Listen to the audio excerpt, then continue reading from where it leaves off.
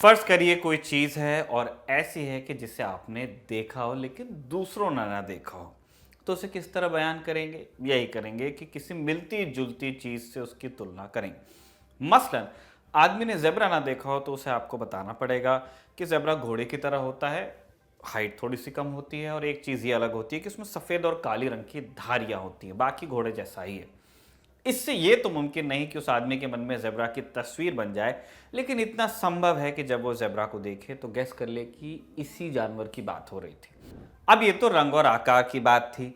स्वाद का बयान और भी मुश्किल है। मसलन किसी ने अचार ना खाया हो तो उसे ये कैसे बताएं कि अचार क्या होता है। 21वीं सदी में फिर भी ये संभव है कि कम से कम आप तस्वीर या वीडियो आप दिखा दें, लेकिन पहले तो सब कुछ कलम और दवात के बयान से करना पड़ता था। जो क्या करते थे इतिहासकार।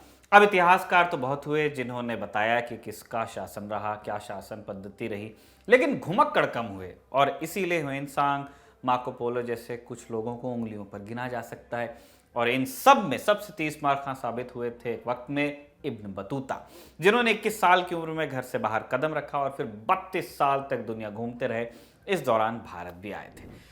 भारत में उनका पाला पड़ा खास लोगों से, फिर आम लोगों से और फिर आम से, और फिर आम के अचार से पड़ा पाला, जिसके लिए इब्न बतूता कहते हैं कि यहाँ एक फल मिलता है, दमिश्क में जैसे बड़े बड़े बेर मिलते हैं, बिल्कुल वैसा पकने से पहले ही पेड़ से झड़ जाता है और यहाँ के लोग फिर उसमें नमक लगाते हैं।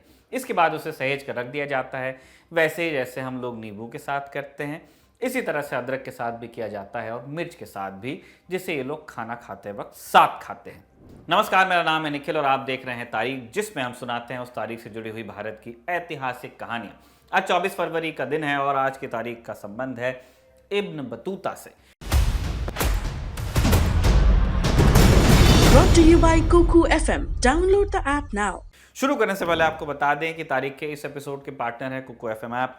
जैसे हम आपको इतिहास की कहानियां सुनाते हैं, उसी तरह कुकू एफएम ऐप भी आपको देश, दुनिया, साहित्य, समाज, दर्शन, विज्ञान जैसी कई कैटेगरीज में ऑडियो बुक्स सुनाता है।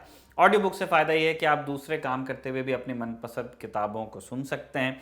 कुकू एफएम लाए हैं एक खास ऑफर, जिसके तहत कुकू एफएम के प्रीमियम सब्सक्रिप्शन पर आप 50% की छूट पा सकते हैं। ऑफर कैसे मिलेगा? बस आपको प्रीमियम सब्सक्रिप्शन लेते वक्त एक छोटा सा कोड डालना है और वो कोड है LT50। इब्न बतूता का जन्म आज ही के दिन यानी 24 फरवरी 1304 को हुआ था। इब्न बतूता की पैदाइश हुई तंजियार में। इब्न बतूता हम कहते हैं, इब्न बतूता नाम था। अब ये तंजियार उत्तर अफ्रीकी देश मोरक्को का एक शहर है। इब्न बतूता पैदा हुए काजियों के परिवार में, लेकिन खानदानी पेशा अपनाने के लिए ज़्यादा दिन राजी रहे नहीं। उनके दिल में खानाबदोशी का शौक हिलोरे ले रहा था, जिसकी शुरुआत हुई एक सपने से। कहते हैं कि 21 साल की उम्र में इब्न बतूता को एक सपना दिखा, जिसमें उन्होंने देखा कि एक पक्षी उन्हें अपने पंख पर बिठाकर पूरब की ओर ले जा रहा है। इब्न बतूता ने ठाना कि 21 की उम्र में हज के लिए जाएंगे। मोरक्को से मक्का की ओर गए। साल था 1325। मक्का तक की यात्रा के लिए तब 16 महीने लगते थे, इसलिए बतूता ने अपना सामान इकट्ठा किया और निकल पड़े सफ़र पर। जानिबे मंजिल को बतूता अकेले ही चले थे, फिर रास्ते में उनको कारवां मिलते गए और बतूता उनसे जुड़े भी।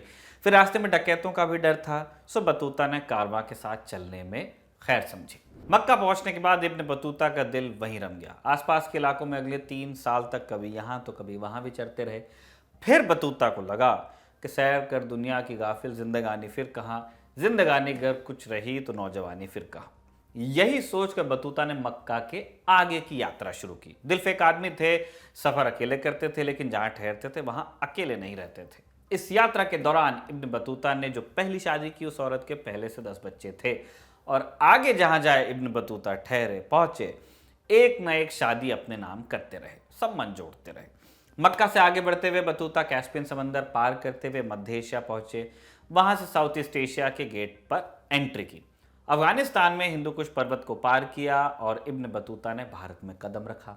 बतूता भारत पहुंचते इससे पहले ही सिंध के सरदारों को उनके आने की भनक लग चुकी थी। सिंध और भारत सुनकर कंफ्यूज मत होइएगा, पुरानी बात है, तब सिंध यहीं था। इब्न बतूता इससे खासा प्रभावित हुए कि सिंध के सरदार जानते थे कि मैं आ रहा हूँ। तब उन्हें संदेश भेजने की एक अनूठे तरीके का पता चला। उस टाइम का ईमेल समझ लीजिए, जिसका इस्तेमाल सिर्फ इसी इलाके में करते थे। अब ये तरीका ये था कि हर मील में 3 चौकियां बनी होती थी, एक डिस्टेंस A to B जाना है तो, जिन्हें दाव कहा जाता था। 3 मील है तो 9 चौकियां होंगी। संदेश भेजने वाले हरकारे होते थे जो हर 1/3 मील पर बनी चौकी पर तैयार बैठे रहते थे। जैसे ही एक संदेश आता, एक हरकारा संदेश लेकर दौड़ता और अपने साथ एक डंडा लिए होता जिसके आखिर में घुंघरू बंधे होते। जैसे ही हरकारा दूसरी चौकी पर पहुंचने वाला होता, वहां मौजूद हरकारे को घुंघरू की आवाज सुनाई देती। वो समझ जाता कि कोई संदेश आ रहा है और इसके बाद दूसरा हरकारा तुरंत चिट्ठी लेकर आगे रवाना होता।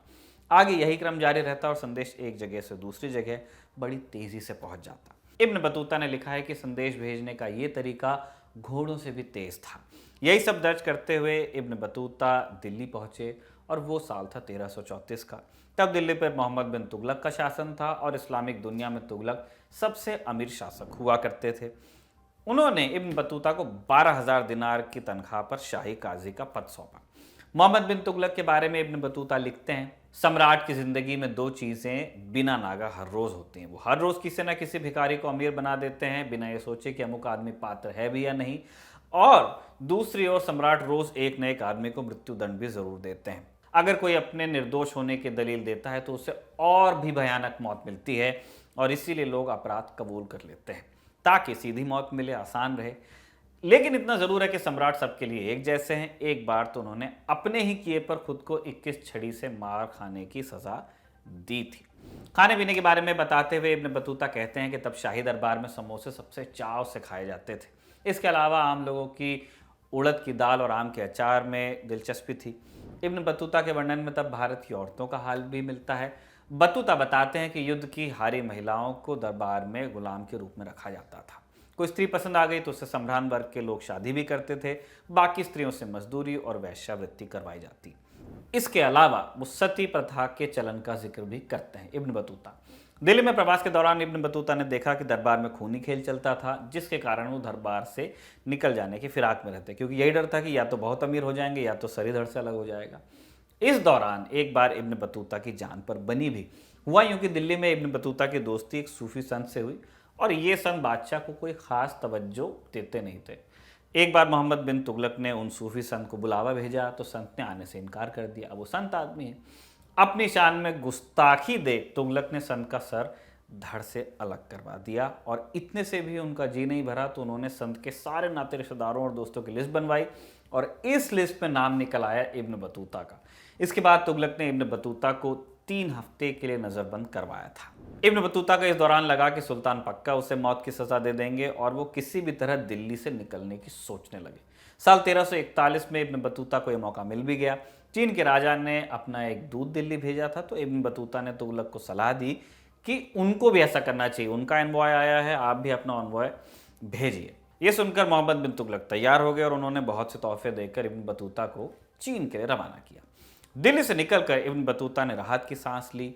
लगा कि जान बची तो लाखों पाए। जो लाखों पाए थे भी चीन के रास्ते में लेकिन लुट गए।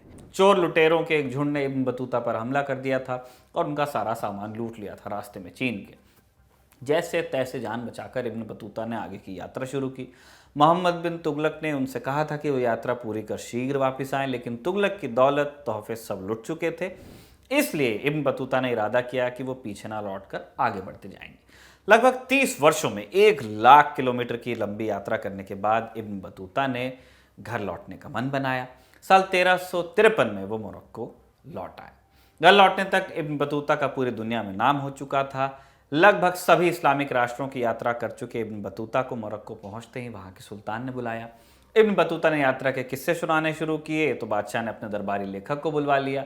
इब्न जुजै नाम के इस लेखक ने इब्न बतूता की यात्रा वृत्तांत को लिखकर एक किताब की शक्ल दी।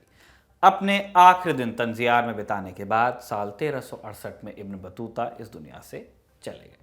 फानी दुनिया में इब्न बतूता का सफ़र ख़त्म हुआ, लेकिन खाना बदोशों की दुनिया में इब्न बतूता की ज़िंदगी जावेदा रही। खाना बदोशी का जिक्र जब भी आया तो इब्न बतूता का नाम लिए बिना पूरा नहीं हुआ।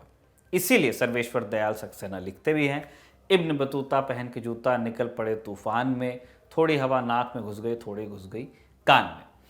आज के लिए बस इतना ही। तारीख के शानदार और मज़ेदार एपिसोड को लिखा था हमारे साथी कमल ने और कैमरे पर इसे रिकॉर्ड किया था हमारे दोस्त जतिन ने। देखते रहिए दिल एलन टॉप। इसी तरह के किस्से हम आपको सुनाते रहेंगे तारीख के आने वाले एपिसोड्स में।